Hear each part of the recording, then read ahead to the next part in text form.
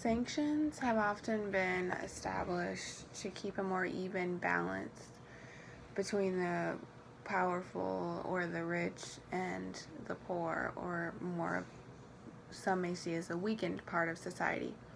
However, they usually have done a better job at helping the wealthy people instead of the poor, according to the text.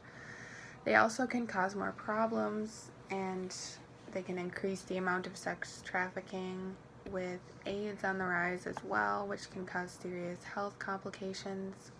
There are many different forms of government.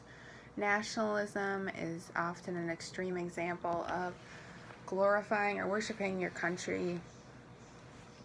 A common example is Nazi Germany. Democracy has been a popular and desired concept, but it can be hard to actually execute. It had an increase in the 1990s as more countries began to look at the US and want to have what we have here. However, we do not have a direct democracy. And in a direct democracy, there are no electors, so a vote for a certain candidate goes right to that candidate. There's no middleman or second step in the process. Monarchy is the rule by kings and queens, has been seen historically. Even today, there are still kings and queens. Probably the most famous is Queen Elizabeth. Some kings and queens have declared absolute monarchy, so they have complete control over their people, while other kings and queens have declared a more loose approach when it comes to ruling. Oligarchy is kind of similar to that. It is ruled by a few or a group of usually wealthy people, typically men. Historically, in the United States, when the Constitution was created, it was inspired by a young man named John Locke, who was a scholar and had many ideas about democracy. Locke often talked about the rights people have that can't be taken away, such as life, liberty, and property. And as an American, you know that our Constitution echoes very similar sentiments. Before all of these types of more formalized government systems were established, there were many tribes and bands.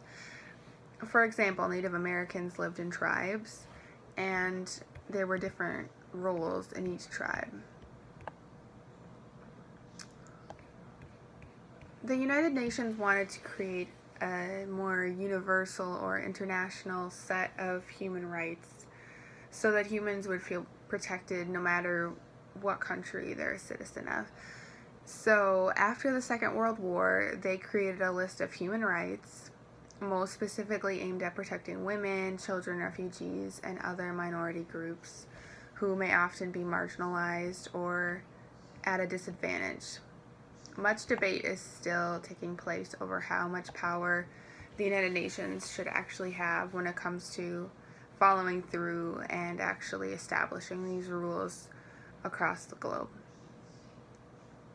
Some countries, such as the US, recognize individuals' rights more readily, while other countries, such as Saudi Arabia, don't always recognize people's rights. For instance, women were just recently allowed, I think it was last year or the year before, it was a very recent thing that women are just able to now drive cars in Saudi Arabia. And it's crazy because women have been driving in America for decades.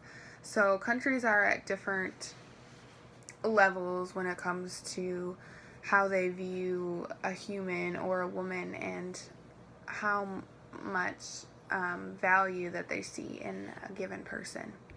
I think as Christians, God wants us all to have a fair say in discussions and in politics. He doesn't want someone manipulative in power. He wants us to treat others with respect and consideration, like how we would want to be treated. And in that sense, I think, in my own opinion, I think God would favor a direct democracy above the others, because then people have a straightforward way to cast their vote. It goes directly to the chosen candidate, and hopefully everything would be fair and simple.